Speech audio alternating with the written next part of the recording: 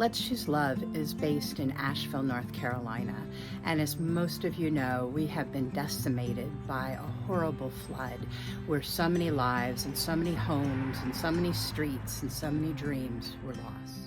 We wanted to share the stories of what is still here and the stories of how love has been extended and received along the way. With every hurricane, every fire, every disaster, it's an opportunity for people to come together and support each other.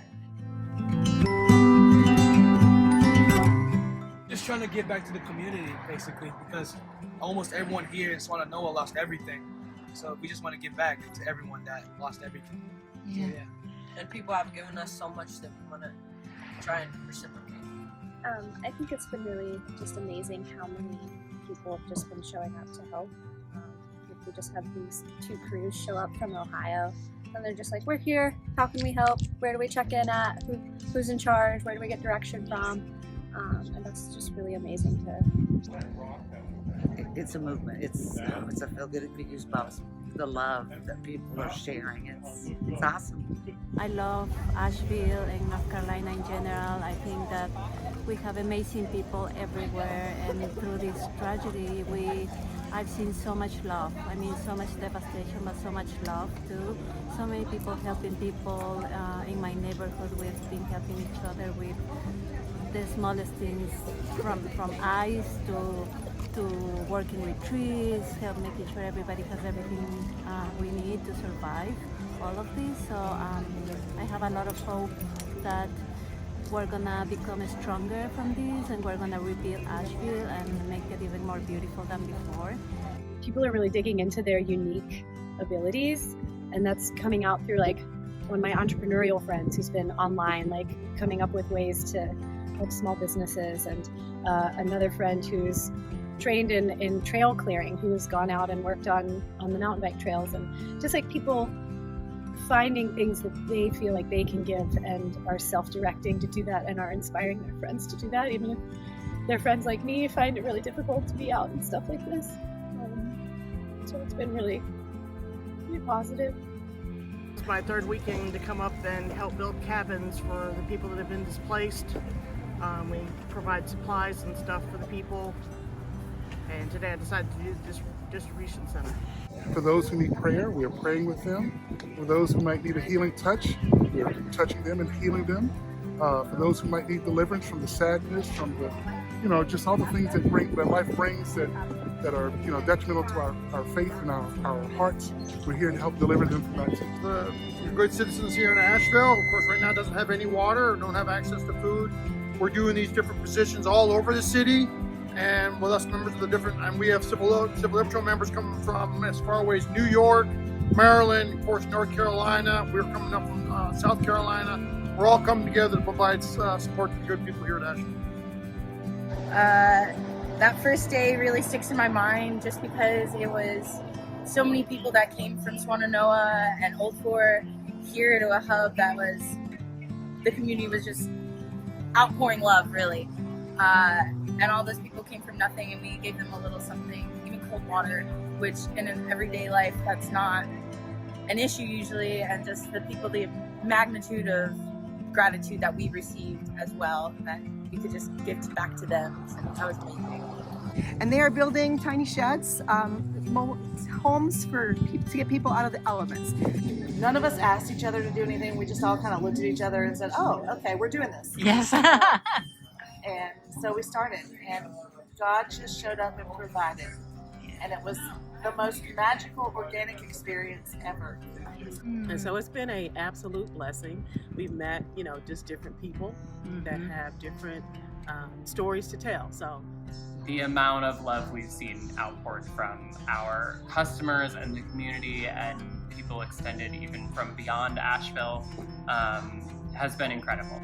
Really the amount of love that people were showing us, just so appreciative. Everybody who came up and handed out close to 450 meals today, and everybody was just so appreciative, so thankful, and just showed so much thanks for us being here and helping out the community.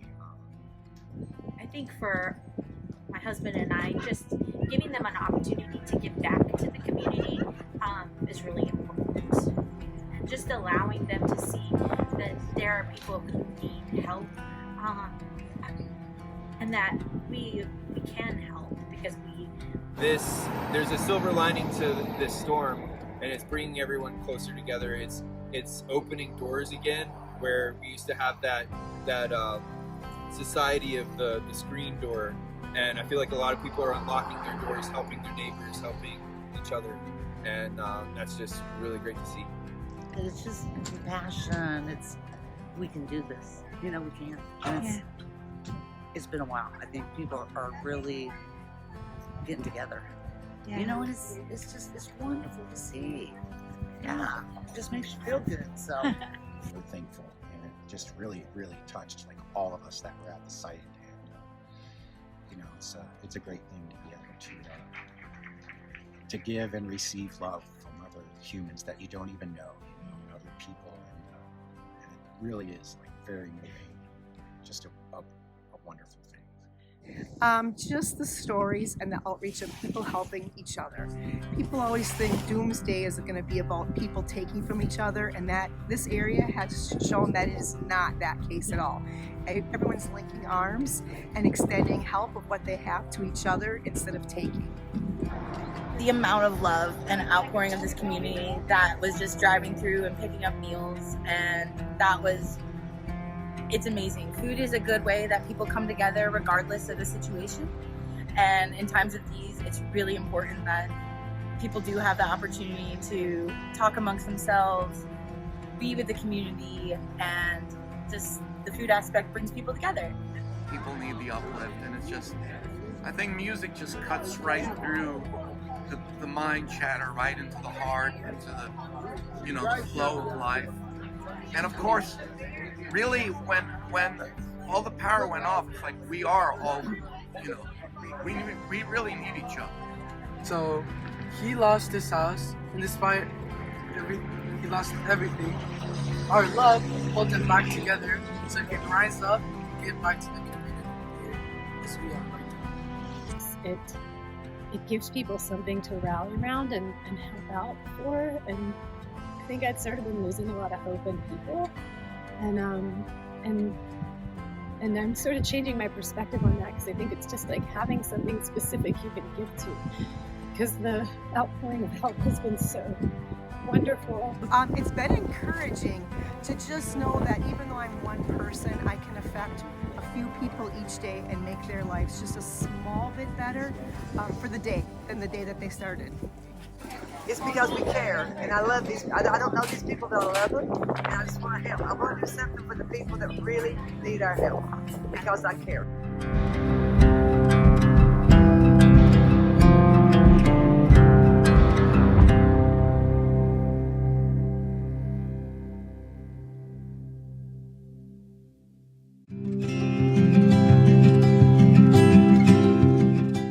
We're here to support the River Arts District. And the way that we're doing this is we have selected 4 amazing artists to share their work at the 22nd Street Gem Show. Within the Gem Show, we will have an Asheville Rising art exhibit. If you're anywhere near there, please come. If you can't come, please donate. And we wanted to give a special thank you to the Carhart family who owns the 22nd Street Gem Show for all of their support of Asheville Rising. Come join us. Hey, I'm Galen Frost Bernard. I'm going to be at the 22nd Gem Show in Tucson, Arizona. Hey, I'm Daniel McClendon. I'm one of the artists that's going to be at the 22nd Street Gem Show. Hi, I'm Jesse Jason. I'm one of the artists from the River Arts District in Asheville. I am participating in the 22nd Street Gem Show in Tucson, Arizona. Or the size of the storm was definitely a surprise to a lot of people, myself included. I came into my studio that afternoon as fast as I could just to see what kind of damage was there, and I walked into approximately 3 feet of water in my basement that ultimately rose to about 51 inches. I think is the official in my basement. I then drove down here a few days later and just saw this war zone looking place, and we kind of, I met a lot of artists down here cleaning out their studios at the same time. We sort of collectively all, you know, fell into this together and managed to say what we could. The section that I was in still looks like a disaster landed on its head. But I and my landlords and some of my peers have all of our digits crossed with the hopes to return. After the initial impact of the storm, the water receded quickly on my side of the railroad tracks, which was better than most other artists in the River Arts District. However, the problem didn't stop there, and I was left with inches of mud and water and severe damage to my building that took ultimately about 6 weeks of cleanup by myself and my family, with my 2 little kids, friends and strangers, and anybody who could help. The entire city was affected, neighborhood, different ways. The River Arts District in particular was startling to me. We knew it was in a floodplain, part of it, but nobody ever anticipated anything like this. And so many of my peers and friends were completely wiped out in terms of their studios and their work. This painting is over 2 decades old. It was salvaged from my studio, and it hovered. This stuffed animal and this painting hovered inches above that French Broad River as it swole into the upstairs of the building. And I didn't imagine I was going to be able to save these things, but this painting was based on floods of that same river that I painted in that same room 2 decades earlier, but it was also informed by the tsunami that hit Southeast Asia right after I visited Sri Lanka, and Hurricane Camille that happened in Nelson County, Virginia, where I was born in 1969, before I was born. But I got to talk to all the old timers. It was a flood. That's one of the few things that seems similar in some ways to this wild Hurricane Helene, wild catastrophe flood that we just survived. But I have been attached to this. I've been intrigued by disaster, destruction, fire, water, earth, sky, and how they can reset and return us to hope and love. And it's the dichotomy of a disaster like this leading to people helping and loving each other even more than before is a strange double-edged sword as this thing spins on and on forever.